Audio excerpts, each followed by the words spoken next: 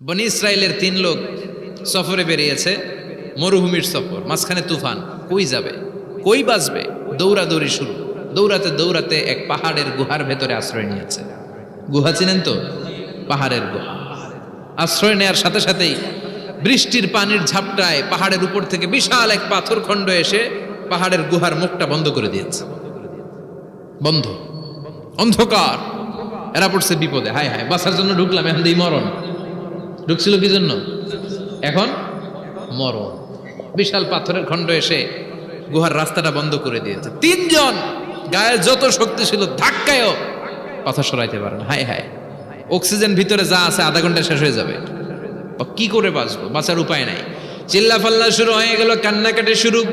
একজন বলে, তোমাদের জীবনে কার কি ন্যাক আমল আছে, যেই ন্যাক আমলটা আল্লাহর ভয়ে করছিল ওইটার ওসিলা দিয়ে দোয়া করে দেখো কিছু হয় কিনা। সুবহানাল্লাহ কোন?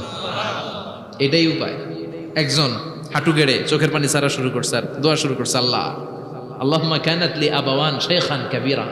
আল্লাহ, আমার বাবা মা ছিল বৃদ্ধ বৃদ্ধা, আমি পেশায় রাখাল, সারাদিন ছাগল চড়িয়ে রাত্রিবেলা দুধ আনতাম, সবার আগে আব্বা আম্মারে দিতাম, এরপরে আমার ছেলে মেয়ে, এরপরে স্ত্রী। একদিন গভীর রাতে এসে দেখি আব্বা আম্মা ঘুমায়। দুধের বাটি নিয়ে আব্বা আম্মার মাথার সামনে দাঁড়িয়ে রইলাম। ছেলে মেয়েগুলো আব্বা এসে বলে, আব্বা দুধ দাও। আমি বললাম পরে, আগে আব্বা আম্মা খাবে, তারপরে তোরা। ছেলে মেয়েগুলো কান্না জুড়ে দিল, আমি দেই নাই। ফজর পর্যন্ত দাঁড়িয়ে রইলাম। ফজরের আগ দিয়ে আব্বা আম্মা ঘুম থেকে উঠে দেখে তো আমার অবাক, কিরে বাবা দাঁড়িয়ে কেন? বললাম প্রতিদিন দুধ খেয়ে ঘুমাও, আজকে আগে আগে ঘুমিয়েছো, দুধ খাও নাই, তোমাদেরকে আগে দিব বলে দাঁড়িয়ে রইলাম। আল্লাহর ডেকে বলে, আল্লাহ ওই দিন সারা রাত দুধের বাটি নিয়ে মা বাবার শিওরে আমি দাঁড়িয়েছিলাম। ফজরের সময় আব্বা আম্মারে দুধ খাওয়ালাম, তারপরে ছেলে মেয়েদেরকে দিয়েছিলাম, তারপরে স্ত্রীর মুখে দিয়েছিলাম। ও মাবুদ, ওই দিনের এই কাজটা আমি দুনিয়ার কাউরে খুশি করার জন্য করি নাই, শুধুমাত্র তোমার খুশি ছাড়া। ওই রাতের ইবাদত যদি তোমার দরবারে ভালো লেগে থাকে, ফাফাররিজ আন্না মা নাহনু ফি, আজকের বিপদের দিনে কেউ বাঁচানোর নাই, তুমি আমাদের বাঁচাও। ফানফাজারাত, মুহূর্তের মধ্যে 1/3 বিশাল পাথর খণ্ডটা 1/3 ডান দিকে সরে যায়, এক পাশে সরে যায়। সামান্য আলো বাতাস ঢুকতে আরম্ভ করবে। এখন বাতাস ঢুকে, এখন বেঁচে থাকতে পারবে এই নিশ্চয়তা হয়েছে। সুবহানাল্লাহ কোন? এবার সে বলল, ভাই তোর কি আমল আছে বল। দ্বিতীয় জন হাঁটু গেড়ে আবার চোখের পানি ছেড়ে আল্লাহরে ডেকে বলে, মাবুদ আমার এক চাচাতো বোন ছিল, কানাত লি ইবনাতু আম জামিলা ওয়া কুনতু উহিব্বুহা কাআশাদ্দি মা ইউহিব্বুর রিজাল আন-নিসা। আল্লাহ, সুন্দরী, অনন্যা, অপ্সরী, প্রিয়ংবদা, অনুসুয়া, গুণবতী, রূপবতী আমার এক চাচাতো বোন ছিল, তার প্রেমে আমি ছিলাম পাগল পাড়া। কিন্তু সে তো আমার ডাকে সাড়া দেয় না। অনেক চেষ্টা করলাম তারে পাওয়ার জন্য। চাচাতো বোন আমারে বলে, 100 স্বর্ণ মুদ্রা যেদিন দিতে পারবা ওই দিন আমারে পাবা। এবার আমি স্বর্ণ মুদ্রা কালেকশনের কাজে লেগে গেলাম। বছরের পর বছর চেষ্টা করে 100 স্বর্ণ মুদ্রা যেদিন পেলাম ওই দিন চাচাতো বোনের কাছে গেলাম, যে তার হাতে স্বর্ণ মুদ্রা দিলাম, বললাম চলো এবার আমরা অপকর্ম করি। স্বর্ণ মুদ্রা পেয়ে সেও খুশি, আমিও খুশি। সে পাইছে স্বর্ণ, আমি পাইছি তারে।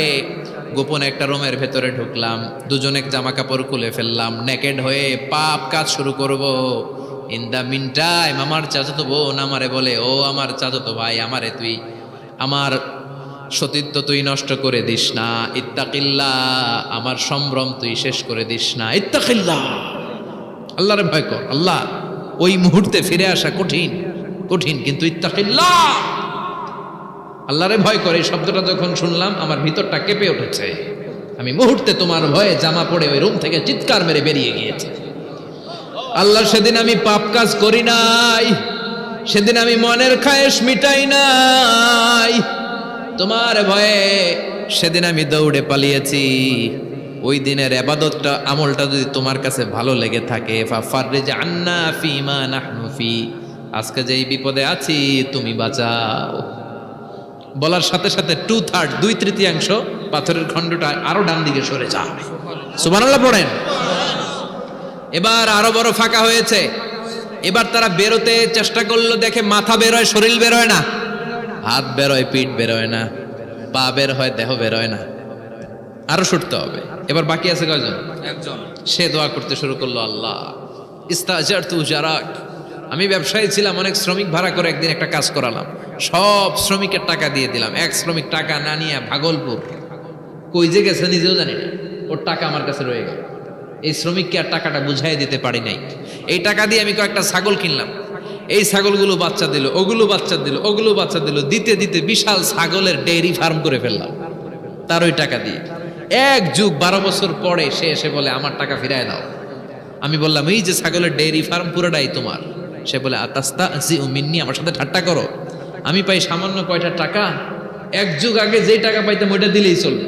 আমি বললাম ও শ্রমিক, তোমার টাকা দিয়ে আমি ছাগল কিনে ব্যবসা করেছি, ছাগল বাচ্চা দিয়েছে, বাড়তে বাড়তে বাড়তে বাড়তে আজকের বিশাল এই ডেইরি ফার্ম। এই ডেইরি ফার্মের মালিক আমি নই, তুমি নিয়ে যাও। বলার সাথে সাথে শ্রমিক আনন্দে নাচতে নাচতে ডেইরি ফার্ম নিয়ে যায়। ও আল্লাহ, ওই দিন যদি সে যতটুকু টাকা পাওনা ছিল অতটুকু দিলেই সে খুশি হয়ে যেত।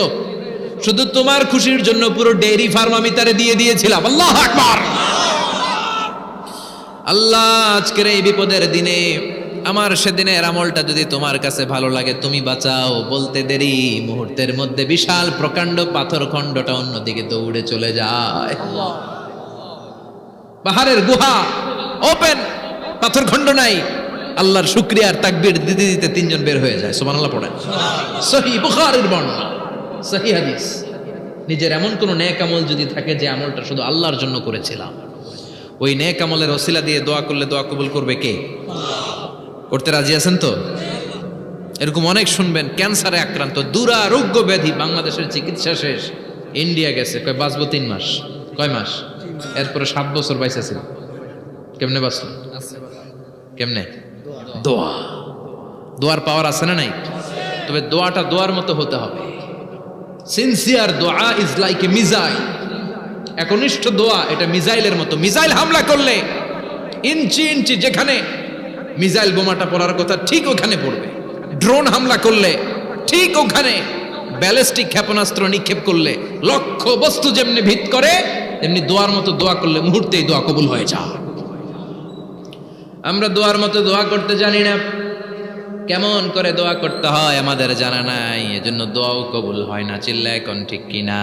কিন্তু আল্লাহ ওয়াদা দিয়েছেন উজিবু দাওয়াতাদ দাঈ ইযা, আমার বান্দা দোয়া করলে আমি দোয়া কবুল করি, আমার বান্দা চাওয়া মাত্রই আমি কবুল করে নেই। সুবহানাল্লাহ পড়েন।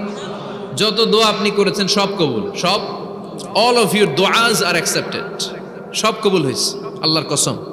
অনেকে বলবে হুজুর এটা আবার কি কইলেন, এতক্ষণ তো ভালোই কইতেছিলেন, সব দোয়া আবার কবুল হয় কেমনে? আমি তো জীবনে কত কিছু চাইলাম, কত কিছুই তো পাই নাই। আছে না এরকম? অনেকে অনেক পেরেশান, আফসোস করে হুজুর চাইলাম আল্লাহ দিল না। 4টা মাইয়া, এবার কাবা ধইরা চাই আইছি পোলার কথা, এটাও হয়েছে মাইয়া। আছে না নাই? 5টা ছেলে হয়েছে, মেয়ের জন্য বুকটা হাহাকার। হজে যে আরাফাতের ময়দানে চেয়ে আসলাম, এইবারও হয়েছে আর একটা পোলা। আছে না নাই? কত কিছু চাইলাম, পাইলাম না, হুজুর দিল না আল্লাহ। বলে না আপনার সব দোয়া কবুল, তবে কবুল হওয়ার 3টা সিস্টেম আছে। কয়টা? 3টা। চান্দোলার ভাইয়েরা মনে থাকবে? কয়টা? 3টা। আপনি যত দোয়া করছেন সব কবুল, কারণ আল্লাহর কাছে কিছু চাইলে আল্লাহ ফিরায় দিতে জানে না। আল্লাহ জানেই না কেমনে ফিরায় দিতে হয়। সুবহানাল্লাহ কোন? চাওয়া মাত্রই আল্লাহ বলে অ্যাকসেপ্টেড, যা কবুল, দিব দিব না এটা বলতে জানে না, চাওয়া মাত্রই বলে দিব। 3 সিস্টেম। নাম্বার 1, আপনি আল্লাহর কাছে দোয়া করলেন, চাইলেন, আল্লাহ বলে দিব, বলেই তিনি দিয়ে দেন আর আপনি খুশি হয়ে যান, পেয়ে গেলেন। নাম্বার 2, আপনি আল্লাহর কাছে দোয়া করলেন, চাইলেন, তখনও আল্লাহ বলে দিব, তবে এখন না, সবুর, একটু পরে দিব। কখন দিলে আমার জন্য ভালো, আমার চেয়েও ভালো জানে কে? আল্লাহ, পরে দিবে। নাম্বার 3, চাইলেন, দোয়া করলেন, আল্লাহ তখনও বলে দেব, তবে এখনো না, পরেও না, কিয়ামতের দিন যেদিন বিপদে পড়বে ওই দিন দেব। যেদিন তোর বাবা তোরে চিনবে না, তোর মা তোরে চিনবে না, বন্ধু বন্ধুরে চিনবে না, পীর সাহেব মুরিদরে চিনবে না, মুরিদ পীর সাহেবরে চিনবে না, ইমাম সাহেব মুসল্লিরে চিনবে না, মুসল্লি ইমাম সাহেবরে চিনবে না, কেউ কাউরে চিনবে না। ওই কঠিন দিনে তোরে আমি বাঁচাইয়া দেব। তাইলে দোয়া যা করছেন ছোটবেলা থেকে আজকে পর্যন্ত লস হয়েছে না লাভ? লস না লাভ? প্রতিদিন শতবার তাওবা ইস্তেগফার পড়তে রাজি আছেন? আল্লাহর জিকির করতে রাজি আছেন তো? আর বেশি বেশি দোয়া করতে রাজি আছেন? সবাই সবার জন্য দোয়া করবো, রাজি আছেন তো? আল্লাহ আমাদের সবাইকে কথাগুলো বুঝার আমল করার তৌফিক দান করুক। আমরা পড়ি আমিন।